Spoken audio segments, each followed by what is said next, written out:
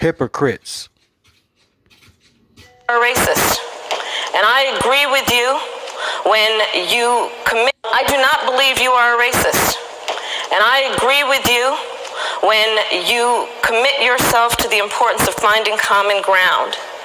But I also believe, and it's personal, and I was actually it was hurtful to hear you talk about the reputations of two United States senators who built their reputations and career on the segregation of race in this country. And it was not only that, but you also worked with them to oppose busing. Look, everything I've done in my career, I ran because of civil rights. I continue to think we have to make fundamental changes in civil rights. And those civil rights, by the way, include not just only African Americans, but the LGBT community. But Vice President Biden, do you agree today that you were wrong to oppose busing in America then? No, do you agree? I did not oppose busing in America. What I opposed is busing ordered by the Department of Education. That's what I opposed. Well, there was a failure of states to integrate public schools in America. I was part of the second class to integrate Berkeley, California public schools almost 2 decades after Brown v. Board of Education. Because your city council made that decision. It was a local decision. So that's where the federal government must step in. That's why we have the Voting Rights Act and the Civil Rights Act. That's why we need to pass the Equality Act. That's why we need to pass the ERA, because there are moments in history where states fail to preserve the civil rights of all people. The president is very, very straightforward and simple. He knows there are 2 basic steps here. One step is you must take back the streets. And you take back the streets by more cops, more prisons, more physical protection for the people. He also understands what my friend from Texas understands, and he doesn't talk a lot about, but he signed on to in this bill. He also understands there's a need to keep people who are first-time offenders, who are nonviolent offenders, or who are potential first-time offenders who haven't gotten, I yield myself an additional 3 minutes, who in fact are people who are getting themselves into the crime stream for the first time, that they should be diverted from the system. So I hope this crime bill, when it passes, the Biden-Hatch crime bill, as it becomes law, God willing, I hope that we will have ended once and for all this notion that is a hangover from the 60s, that somehow Democrats are weak on crime and Democratic presidents are weak on crime and Republicans are tough on crime. The truth is, every major crime bill since 1976 that's come out of this Congress, every minor crime bill has had the name of the Democratic senator from the state of Delaware, Joe Biden, on that bill, and has had a majority vote of the Democratic members of the United States Senate on the bill. So one of the things I want to do in addition to ending crime is end the political carnage that goes on when we talk about crime. Crime is not Democrat or Republican.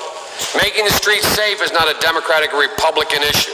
This is one of those issues I hope this passage of this bill will be taken out of the gridlock category and moved into an emerging consensus. And the consensus is as follows, and I will cease when I finish this statement. The consensus is A, we must take back the streets. It doesn't matter whether or not the person that is accosting your son or daughter or my son or daughter, my wife, your husband, my mother, your parents. It doesn't matter whether or not they were deprived as a youth. It doesn't matter or not whether or not they had no background that enabled them to become socialized into the fabric of society. It doesn't matter whether or not they're the victims of society. The end result is they're about to knock my mother on the head with a lead pipe, shoot my sister, beat up my wife, take on my sons. So I don't want to ask, what made them do this? They must be taken off the street. That's number one. There's a consensus on that. The Democratic chairman of the Judiciary Committee, the Democratic President of the United States of America, the Democratic Attorney General, the Republican leader, the Republican leader of this effort, Senator Hatch, the Republican senator from Texas, we all agree on that. Now, we can find some fringe folks in the study groups on the right wing and left wing, libertarians and left-wingers in my party who say, nah, that's not what we should do.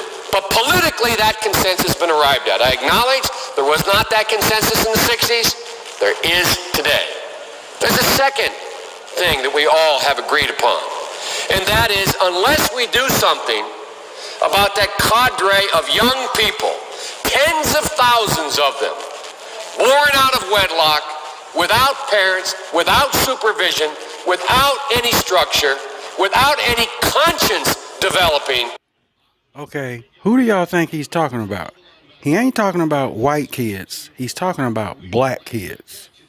So you replace one racist with another.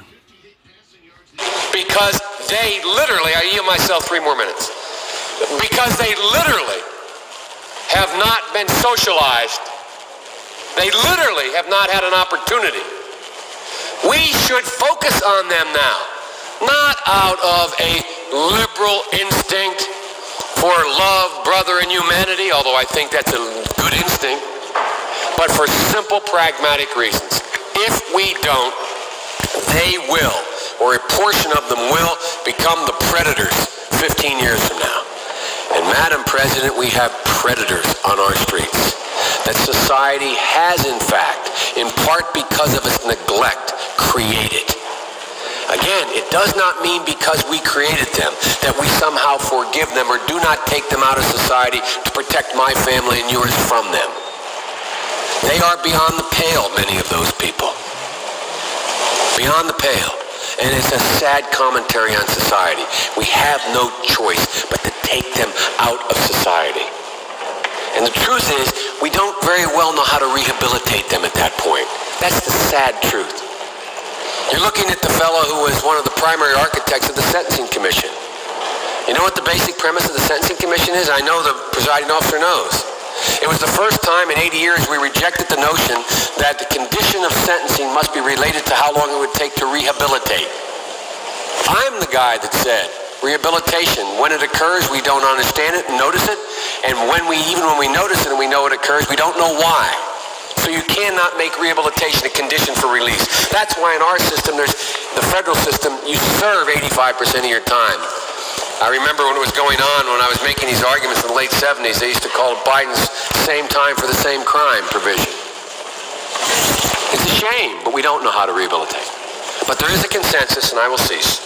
A, we must make the streets safer. I don't care why someone is a malefactor in society. I don't care why someone is antisocial. I don't care why they become a sociopath.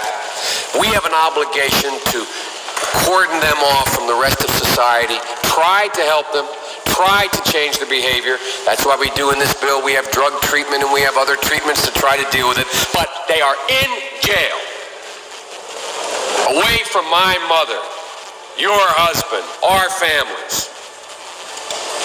But we would be absolutely stupid as a society if we didn't recognize the condition that nurtured those folks still exist.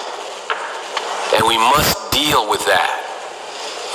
And I think there's a consensus among Republicans in that.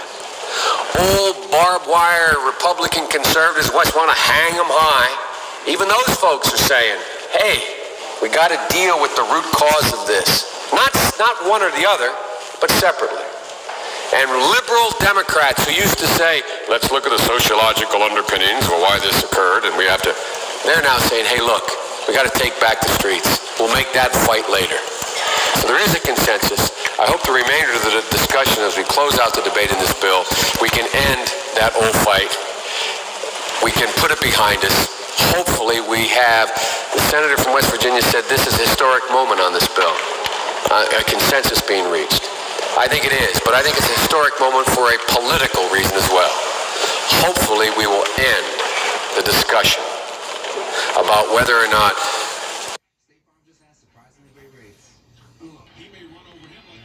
During a campaign event in May, Joe Biden fought back against a common critique of an older item of his voting record, the 1994 crime bill. A woman asked Biden about that law and its effects on communities that were, quote, ravaged by the war on drugs and mass incarceration. But the former vice president disagreed about the impact of that legislation. Folks, let's get something straight. 92 out of every 100 prisoners behind the bars are in a state prison, not a federal prison. This idea that the crime bill generated mass incarceration, it did not generate mass incarceration. So, which characterization is correct? Let's start with the bill itself. The Violent Crime Control and Law Enforcement Act of 1994 overhauled federal criminal justice laws. Some notable provisions in the bill's 350-plus pages include a ban on 19 types of assault weapons, increased penalties for some immigration-related crimes, and the Violence Against Women Act. The law approved $30 billion in spending for law enforcement agencies, prisons, and crime prevention programs. But to say the legislation caused mass incarceration neglects the big picture. Our partners at PolitiFact looked at data from the Bureau of Justice Statistics that shows overall imprisonment rates started going up decades before President Bill Clinton signed that crime bill. And there's also the point Biden made. The vast majority of prisoners are in custody at the state level, not the federal level. 92 out of every 100 prisoners behind the bars are in a state prison, not a federal prison. Since the 1994 crime bill was signed, government numbers show about 5 to 13% of prisoners have been in federal custody. So his 92 out of 100 figure may not be exactly right, but the heart of his point is accurate. That said, some people argue the 1994 law fed into the tough-on-crime efforts of the time. It offered financial incentives to states that make prisoners serve at least 85% of their sentences. And it created the 3 strikes rule. For people with 3 or more federal convictions for violent crimes or drug trafficking, the law mandated a life sentence without parole. This story is... You folks are under strong delusion.